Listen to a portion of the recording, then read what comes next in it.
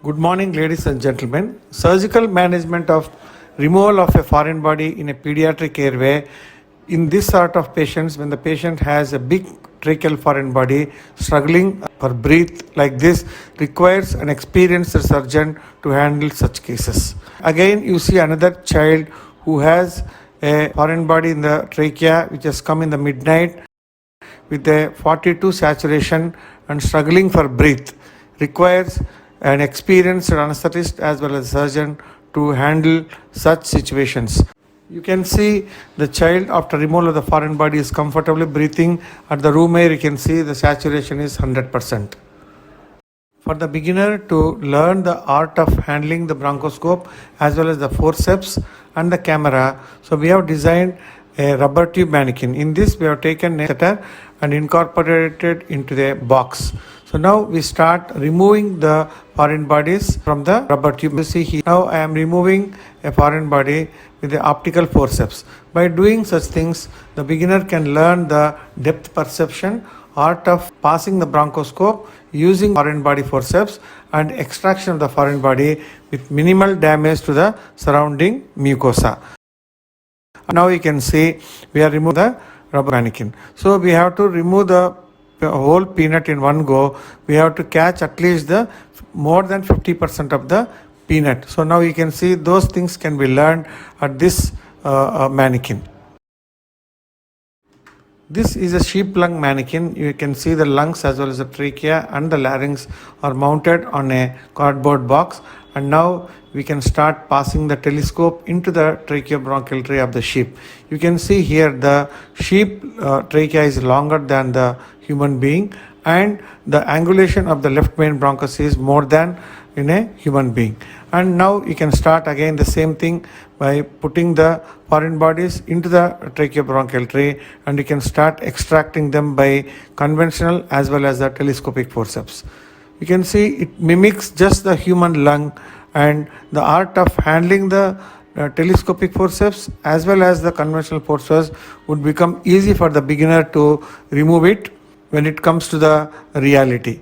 You can see the beginner can pass as many times as possible so that he will take less time during the actual live surgery. The very aim of practicing on mannequin is to improve the psychomotor skill of the individual on the mannequin so that he does the actual job in the patient with the ease and facility in an emergency. Foreign body removal by conventional forceps as well as telescopic forceps can be practiced with the sheep lung mannequin so that they can learn the art of passing these instruments with the ease.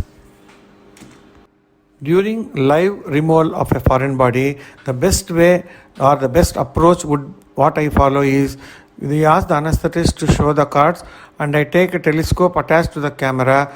I use a nasal endoscope, pass into the tracheobronchial tree and visualize the foreign body, where it is present, what number it is there in relation to how it is presented in the tracheobronchial wall. Like this you can see pass and then note the position of the foreign body in relation to the tracheobronchial tree like this. And now I come back and again I pass the bronchoscope sheath into the tracheobronchial tree.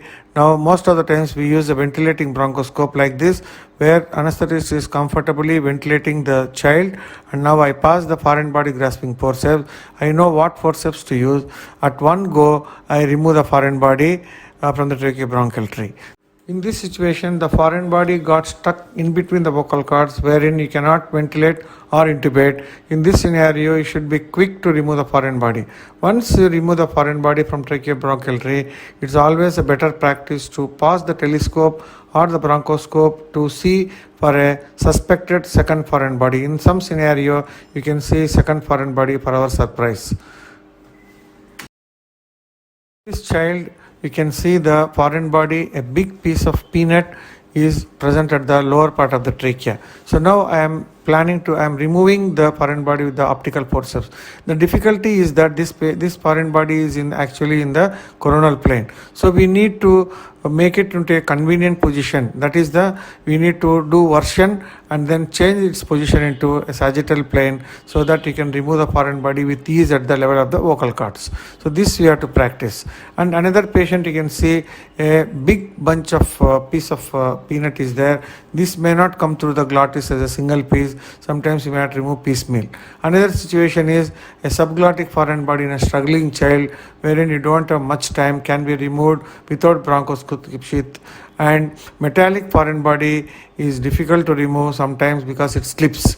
And once you remove the foreign body, you have to check the tracheobronchial tree with the telescope. To conclude, ladies and gentlemen, removal of tracheobronchial foreign bodies requires lot of skill, psychomotor skills, as well as the judgment.